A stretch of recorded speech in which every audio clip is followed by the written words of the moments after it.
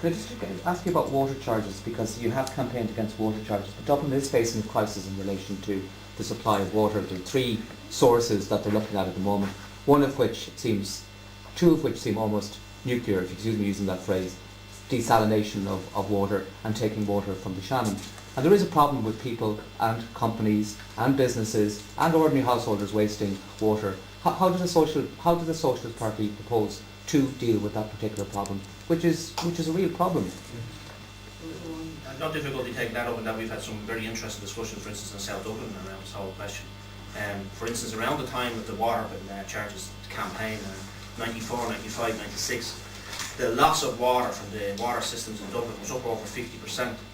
And the councils around Dublin now brag about the fact that it's now down around 23%, I think is the number. In other words, they went and they fixed the leaks. So in other words, there's a lot of things that can be done. At the time, and the points you made just there, those exact points were made at that time. In other words, Armageddon is coming. We're going to run out of water. Lads, we have to, spend... Just all the points were made at that time. The city has grown considerably since that time. And this problem you talked about hasn't quite come up yet. Now, the forward planning by the councils, and by the way, it's done on a regional basis, is looking down the road. But you see, a lot of it is based on Dublin continuing to grow at a considerable rate. So for a start, I think that's unlikely to happen. In other words, right now, the city is probably not going to get much bigger in the near future, for instance. So we don't have the problem right now, and we may not have the problem for a very long time into the future. There's lots of infrastructure things that can be done and are being done by the councils. But I think bottom line is there's money needed, but that's what our taxes are for. That's what we say. We've already paid. How do you deal with people wasting water? All right, can I just make a point? Yeah. One of our key points we're making is that the tax system has fundamentally changed throughout the course of social partnership. We have a tax system that has gone to taxing on spending and actually taxing on services, rather from a universal tax system. The top 1% in Ireland have amassed a wealth over the years of the Celtic Tiger, over 82 billion. The vast majority of that goes untaxed, or taxed at a minuscule amount compared to the tax of ordinary people. Yes, infrastructure like water and other essential services to society need to be funded. But the fact is that the less they go after the wealthy, the people who've got the most out of the Celtic Tiger, and that's been the policy of this government, the more they have to go after working class people.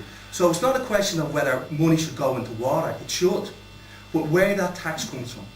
And the fact of the matter is that the tax system has shifted dramatically onto the shoulders of working class people and their communities and away from the wealthier sections of society.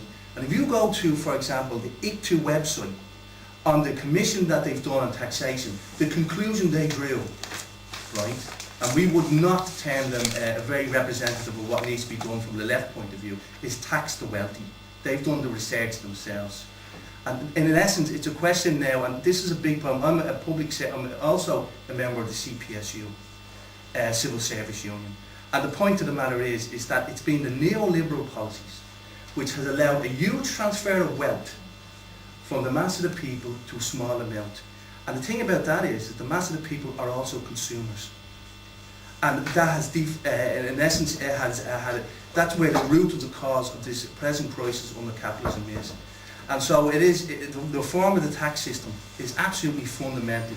And the less you go after the wealthy, the more you have to go after the working class people. Just one further point, Chairman, if I may. We take the issue of conservation of treated water and other natural resources extremely seriously. The problem is that the establishment and successive governments do not. One of the first speeches I made in my early days in the Dáil, which was going back to the mid-90s, was the transformation that could be effected in the conservation of water if appropriate building regulations were brought in, that for a start, every new home would have such a simple mechanism as a dual flush toilet system and a rainwater tank for garden and outside uses. That was 12 years ago. Incredibly, I visited a new school with over 1,000 pupils quite recently, with dozens of toilets, which are bucketing gallons of water for every flush. Even there, under the Department of Education, it hasn't been implemented. When you consider that, I suppose, a third of the housing stock, maybe close to a half, has been built in the last 10 or 12 years, countless billions of litres of treated water would have been saved by taking those measures and then assisting people to retrofit, if you like, their homes. That wasn't done. So the idea now of coming back and saying we have to tax again ordinary working people so that they'll save water, quite frankly, it's a sham and a hypocrisy. And if they do attempt to bring in water charges, I'm warning John Gordon here, we will lead again a mass campaign of opposition of decent taxpayers to any attempt by him or the government to fleece again the ordinary people under bogus environmental arguments, because they haven't carried out what they should have carried out, and they're still not carrying them out.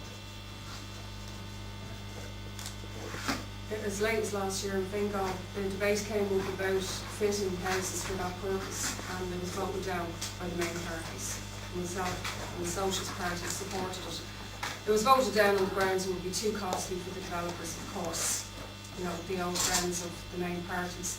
And that could have saved, and this came up in the development plan, that could save people, you know, huge amounts in tax. For social reasons as well, we wouldn't favour water charges, and it does lead to privatisation of water, as we found out with bin charges, you know.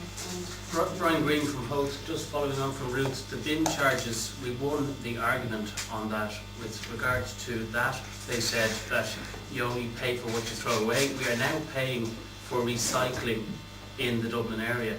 This was a method to introduce a new stealth tax, as we said, and what we have witnessed is that a number of years down the line, the same was tried with water, and they will try it again. As Joe said, we will be there and we will block that. And incidentally, one of the first cutbacks in services is the recycling centres are closing. It was never about the environment, it was always about taxation and monetary. Any other questions you'd like to ask?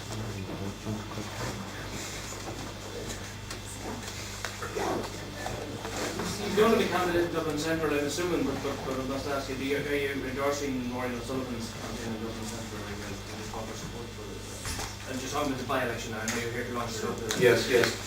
Well, we would certainly be very supportive of the Gregory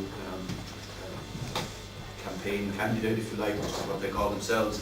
But we would, if you like, say the same as we said to Tony, with whom I had a very close and warm working relationship, that we believe they should stand completely as an independent entity, which they are, but not in the event of winning a seat, not supporting any of the right-wing parties, because we think that the key issue now really for working people in this country, but across Europe, there is an incredible vacuum on the left which needs to be built and filled by new forces of the left arising. And we will not do that by being the doormat for either Fianna Fáil or Fine Gael in this country, as Labour, for example, and now the Greens have consistently been.